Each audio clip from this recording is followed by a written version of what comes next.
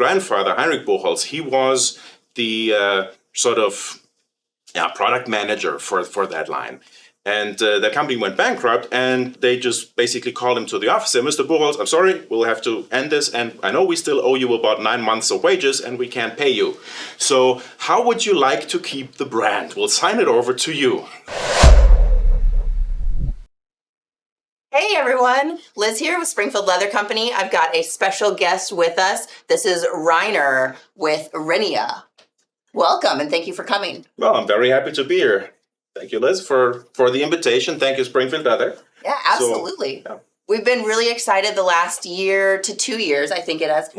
We've been bringing on a couple products at a time. We started with your line of adhesives. The Aqualum 315 has been just an amazing addition to our adhesive line since it is water-based and it is a really kind of top bar contact cement.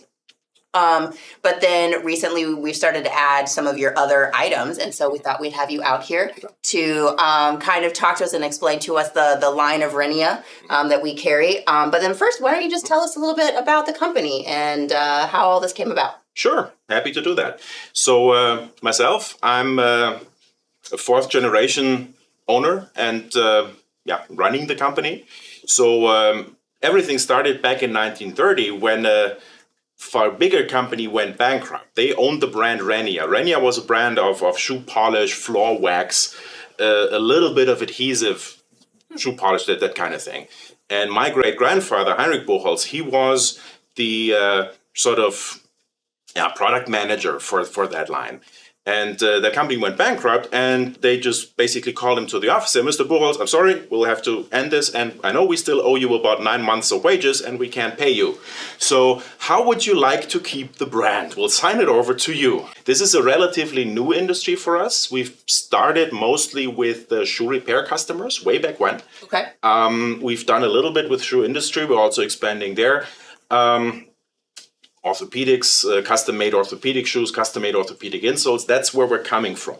Okay. But we started like shoe making? Shoe making, shoe repairing, shoe modification, everything around the shoe. And the funny thing is, or well, the strange thing a little bit is that if you talk, for instance, to boot makers, to saddle makers, to shoe makers, and if you tell them, oh, I'm a shoe repairer, they kind of look down on you a little bit. Sometimes. I mean, there's differences, of course. The funny thing is, if you look at what a shoe repairer does, all the different materials they have to work with, degraded materials, worn out materials, dirty materials, that's actually difficult. It can be more difficult than picking something out of a box and just working on the new material. Absolutely. And to circle back to what we do, our products have been designed with that in mind. Okay. So on most materials that we encounter in this industry here, we have a lot of reserve that we don't even have to tap into, and that is why they work really well. Mm-hmm. So from that standpoint. Very cool. That's really interesting. Yeah, I can't imagine. I mean, we were, a couple weeks ago, we were talking about like the dry cleaning industry and just the specifics of each different garment. But with shoes, you have the same thing, and going in, tearing apart a shoe to rebuild it, to fix the part that needs to be repaired. Yeah. And I feel like in our society, we just buy a new pair of shoes, but that's not how the world used to work. It's not how it used to work. So in this country, back in the 1950s, you had more than 50,000 shoe repair shops. Mm-hmm. Yeah. And now we're, I think, down to about 3,000. Wow. And that's it. So as you said, I mean, shoes have very much become consumable, right? Mm-hmm. It's not an investment, it's a consumable. And that is one thing I like about this industry, about leatherworking. We are not talking about making something that has to be cheap. Yeah, cut costs as much as you can. Sure, saving money is good, but cutting costs down to the last cent or half cent or whatever, as it is common in many mass production industries. Yeah. That's not what we're talking about. We're talking about good materials, good supplies, good tools, and make an excellent product. Yeah, a shoe that you want to repair. Right, right, exactly. Or really anything. Or a saddle or any sort of leather good that will last a while. Absolutely. And that will be worth the money that you have to spend on it because so much work goes into it. Right.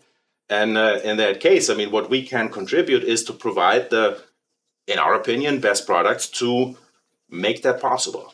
And to work with all those different materials and to actually create lasting bonds. I mean, that's what our slogan, bonding for life, actually is supposed to mean, right? I mean, first of all, it's better for your life because it's less toxic, but then again, it should also last for your life. generation, maybe the next generation. Right. Exactly. Yeah. Exactly. Very, very awesome.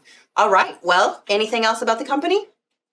Yeah, as I said, it's been a family-run business since 1930, fourth generation now.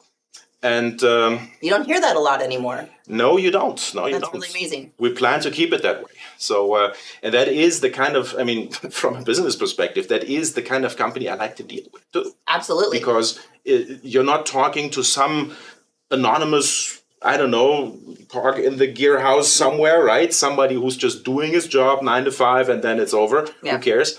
But you talk to the owners, you talk to people who have been working for companies a long time and who identify with the company. Yeah. And it's not just money, money, money, profit, profit, profit, but build a good company and stick with it and do that. And that's what we're about. And that's what we're about. Yeah.